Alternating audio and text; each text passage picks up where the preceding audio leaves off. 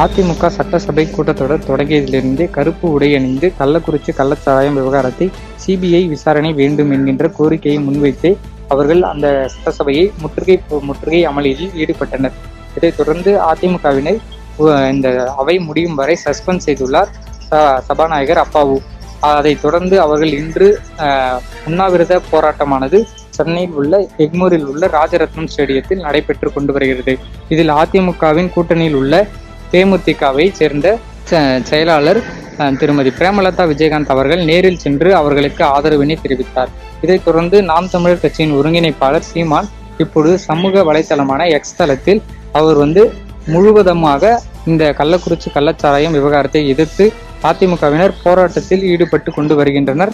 இந்த உண்ணாவிரத போராட்டத்திற்கு முழு ஆதரவும் இருக்கும் என்று நாம் தமிழர் கட்சியின் ஒருங்கிணைப்பாளர் சீமான் அவருடைய எக்ஸ் தளத்தில் போட்டுள்ளார்.